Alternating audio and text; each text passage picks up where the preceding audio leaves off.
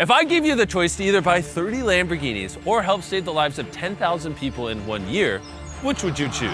3, 2, 1. We decided to do this. Cue the epic highlight reel of the year. We started this mission in Kailicha, South Africa, where we found an orphanage that was in desperate need of our help because it was at risk of being closed down. It started back then. I saved more than 5,330 children. Those children would be dead, but we keep on opening the doors, knowing that maybe someone will come to our rescue, like peace, philanthropy. So we spent the next 6 months working tirelessly by rebuilding 12 new homes with an ongoing supply of fresh food, as well as a brand new playground. While the orphanage was being built, we began our next project where we gave away 20,000 pairs of shoes to kids in Africa. Please philanthropy, what you have done here at my school is absolutely amazing.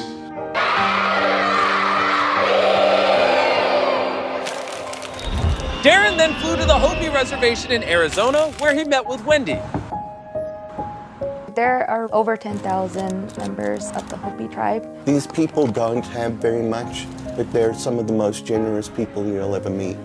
The Hopi tribe is situated hundreds of miles away from the closest quality clothing and food stores, which is bad because the winters here get freezing cold, and they need all the help they can get to stay warm and put food on the table. When we realized just how difficult it was for them to get access to these basic necessities, we decided to donate over $2.7 million of clothing. It was amazing. Our kids, our people are just so happy. Thank you, Mr. Beast. We then found out that there is an abnormally high number of amputees throughout Cambodia. So we partnered with Exceed Worldwide to give away 2,000 prosthetic limbs. What we've experienced is that it's so much more than a limb. We're giving back people their independence, but most important, I realize that we're giving them back their dignity and their self-esteem. I'm sorry, Sandy. I really thank you.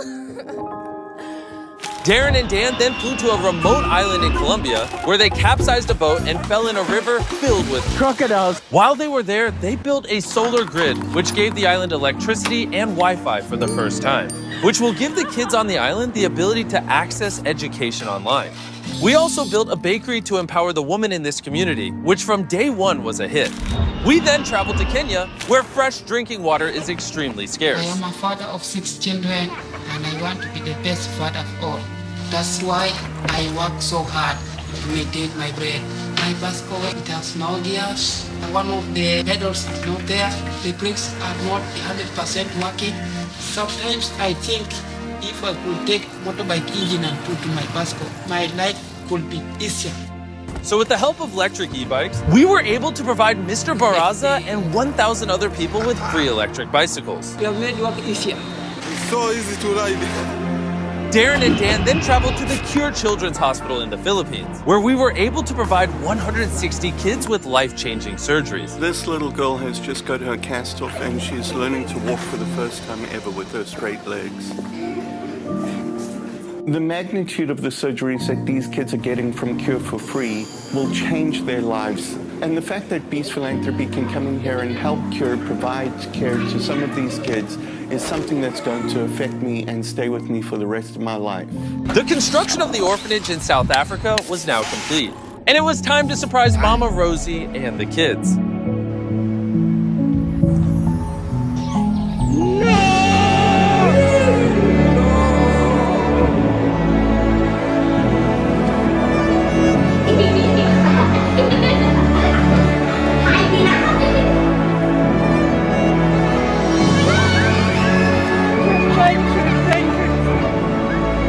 Mama Rosie also told us about a boy named Yam Keely, who left the orphanage 14 years ago with the dreams of becoming a musician.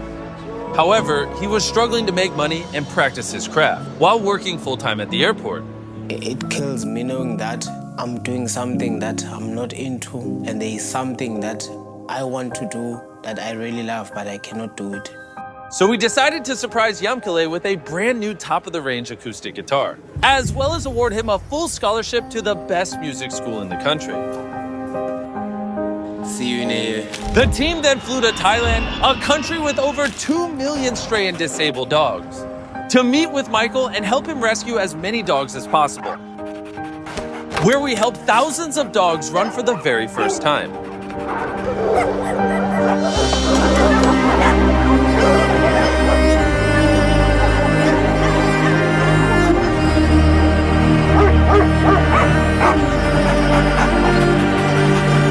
As well as give Michael a brand new rescue van, a state-of-the-art gas machine, and a brand new ambulance. Really happy. Darren then received this video from a TikToker named Dora Muno. This philanthropy, please help me save our village. Our kids need you. So Darren immediately flew to Dora's sanctuary in Zambia, which had absolutely no electricity and is located in a dangerous area with high rates of domestic violence. It became evident that the lack of electricity was holding them back and severely curtailing Dora's ability to help develop this village to what its potential could be. Having to wake up thinking, what will these kids eat? That is still very difficult to do each and every day. So we came up with a plan to use the direct sunlight and scorching heat to our advantage by installing a massive solar grid that will provide electricity to the entire village.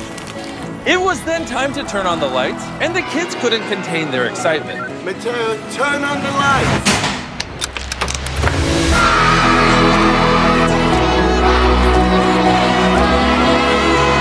And we have lights! Yeah, man! We then found out about a college kid in Philadelphia that is rescuing thousands of pounds of food every month because of his school meal swipes. I originally started just as a student with leftover meal swipes in my dining account, and I realized as I was getting close to the end of the term, I have 50 meals left that I know I'm not going to be able to use, and I just had a pit in my stomach thinking about all of those meals going to waste. So Darren flew there to meet him and help expand his operation to a national scale.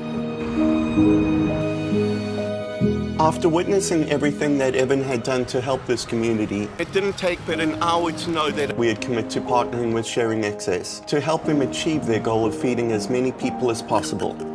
And with our help, Sharing Access, we're able to open an operation at Hunts Point Produce Market, the largest produce market in the world in New York City. And that operation is going to be 3 times larger than the one that we have in Philly.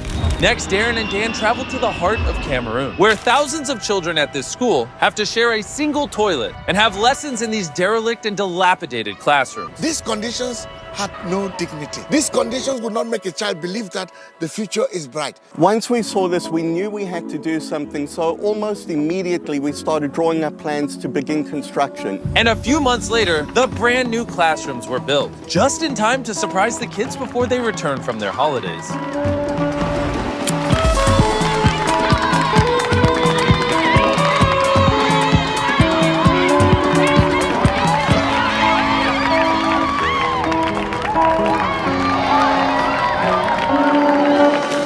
Lastly, we flew to Nepal for a secret project that will be revealed next year. But on that mission, Dan and Darren went to 21,000 feet high to Mount Everest to sign out this video where the altitude made Dan very loopy. Darren and I are at the highest point we've ever been together. It's been one hell of a year. You know, we've been working together just 1 year. And look where we are, on top of the world, literally and figuratively. And I wouldn't share this experience with anybody else, man. Send this to any billionaires you know and tell them to stop buying cars and instead help people.